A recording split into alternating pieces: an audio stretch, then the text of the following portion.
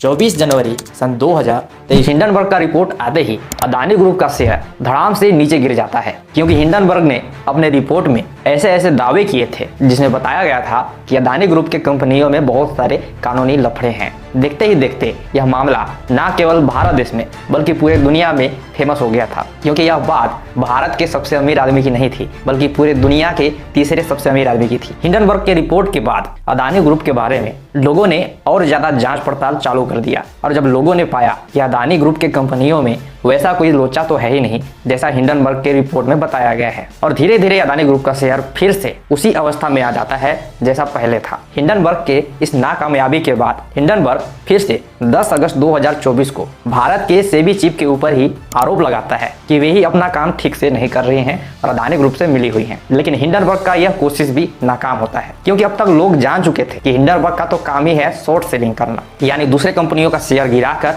पैसा कमाना। लेकिन इस वीडियो में हम बात करने वाले हैं कि आखिर कैसे अदानी ग्रुप जैसा कंपनी लोगों के लाख कोशिशों के बावजूद भी अपने जगह में स्टेबल का स्टेबल ही रहता है। आखिर कैसे कोई कंपनी रिलायंस, जियो, टाटा, बिरला, महिंद्रा और विप्रो जैसा मजबूत और सक्सेसफुल कंपनी बनता है। आखिर कैसे एक छोटा बिजनेस आईपीओ में लिस्ट होता है, यानी शेयर मार्केट में लिस्ट होता है। आईपीओ का मतलब क्या होता है, इसके क्या क्या फायदे होते हैं, ऐसे कौन कौन सी चीजें होते हैं जिसे देखकर हमें किसी कंपनी में पैसा निवेश करना चाहिए या फिर अपना कोई बिजनेस स्टार्ट करते समय उन चीजों को ध्यान रखना चाहिए। तो चलिए शुरू करते हैं सबसे पहले आईपीओ से। दोस्तों, एक सक्सेसफुल कंपनी सक्सेसफुल इसलिए होता है क्योंकि उस कंपनी को शुरू करने वाले इंसान ने, यानी उस कंपनी के फाउंडर ने कंपनी को शुरू करते समय ही यह सोचा होता है कि आगे चलकर मुझे इस कंपनी को बेचना है, या कहें तो आईपीओ कराना है। हिंदी में कहें तो मुझे इस कंपनी को सार्वजनिक करना है। आईपीओ का फुल फॉर्म होता है इनिशियल पब्लिक ऑफरिंग। जब हम कोई बिजनेस स्टार्ट करते हैं और जब हम उस बिजनेस को एक कंपनी में कन्वर्ट करते हैं और उस कंपनी को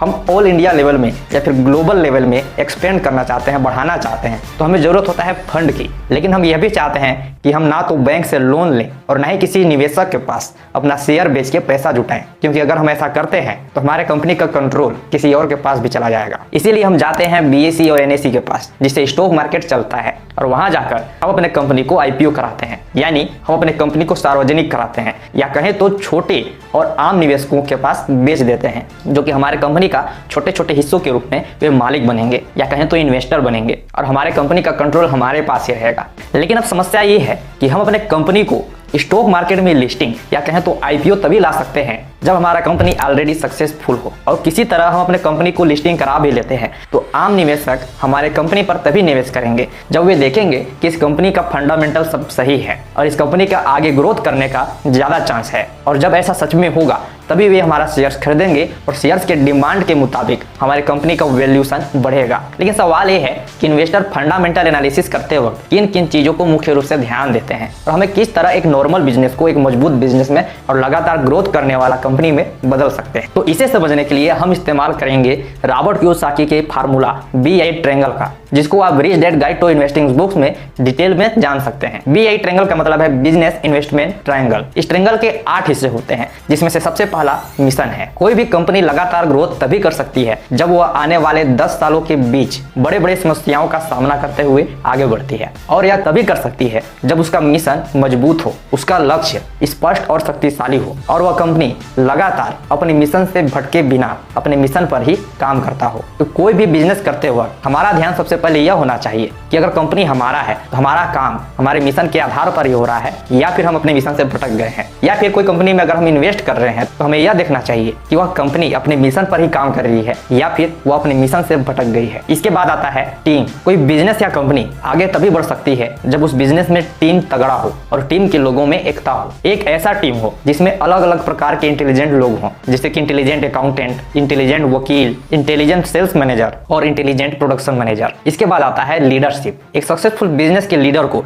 विजनरी होना चाहिए, दूसरों की योग्यता को पहचान कर उसे सही तरह से अमल करवाने की योग्यता होनी चाहिए, उसके बातों में इतना दम होना चाहिए कि बाकी के टीम मेंबर्स उसके बातों को तुरंत इंप्लीमेंट करें, और सबसे महत्वपूर्ण उस लीडर का कंपनी के मिशन पर ध्यान होना चाहिए। इसके बाद आता है कैश फ्लो मैनेजमेंट। किसी बिजनेस का कैश फ्लो इंसान के शरीर के ब्लड फ्लो की तरह होता है। अगर हमारे शरीर में जरा सा भी ब्लड फ्लो ऊपर नीचे हुआ तो हमारे शरीर में तरह तरह की बीमारियों और समस्याओं का आगमन हो जाता है। ठीक उसी प्रकार किसी कंपनी में कैश फ्लो की गड़बड़ी हुई तो पूरा बिजनेस चौपट होने का संभावना रहता है। कैश फ्लो का मतलब है कैश का सही तरीके से उपयोग करना, कंपनी के नकदी का ऐसे इस्तेमाल करना कि कंपनी लगातार आगे बढ़े, ना कि नुकसान में जाए। इसके बाद आता है कम्युनिकेशन यानी संचार। कम्युनिकेशन का मतलब है कि कैसे कोई कंपनी अपने customers, investors, employee, employers, team members और मैनेजर्स और कंपनी के एडवाइजर्स के साथ कैसा बात व्यवहार कर रही है। इसमें हम यह देखते हैं कि कहीं उनमें कोई मतभेद तो नहीं है। कंपनी के जो मार्केटिंग एडवर्टाइजमेंट बन रहे हैं वे अपने कस्टमर्स को क्या संदेश दे रहे हैं, कंपनी का कस्टमर सर्विस कैसा है। इसके बाद आता है सिस्टम यानी तंत्र। दोस्तों, जिस तरह मानव शरीर में अलग अलग सिस्टम होते हैं जैसे कि digestion system, reproduction system, urinary system, respiratory system या फिर मास्कुलर सिस्टम, ठीक इसी प्रकार किसी कंपनी के अलग अलग प्रकार के सिस्टम होते हैं जिसमें से अगर एक भी सिस्टम गड़बड़ी होता है तो पूरे शरीर में यानी पूरे कंपनी में समस्या आ जाता है। जैसे कि marketing system, production system, customer service system, sales system, distribution system या फिर अकाउंटिंग सिस्टम। इसके बाद आता है लीगल्स यानी कानूनी। यह एक ऐसा पॉइंट है जिसे किसी भी कंपनी को, किसी भी बिजनेस को सबसे पहले ध्यान देना चाहिए, क्योंकि अगर आप एक बार गलती से भी कानूनी लफड़ों का शिकार हो जाते हैं तो आपका पूरा बिजनेस मिनटों में तबाह हो जाता है। सबसे पहले हमें अपने कंपनी के आइडियाज का, डिजाइन्स का, प्रोडक्ट्स का, पेटेंट, कॉपीराइट और ट्रेडमार्क का लाइसेंस लेना चाहिए। और सबसे महत्वपूर्ण काम, हमें अपने साथ कोई ऐसा इंटेलिजेंट वकील रखना चाहिए जो अलग अलग प्रकार के कानूनी सिस्टम से निपटने के लिए हमारा सहायता करे, भले ही उस वकील को हमें ज्यादा से ज्यादा पैसा देना पड़े। इसके बाद आता है प्रोडक्ट यानी उत्पाद। किसी कंपनी का उत्पाद या कहें तो प्रोडक्ट उस कंपनी के मिशन का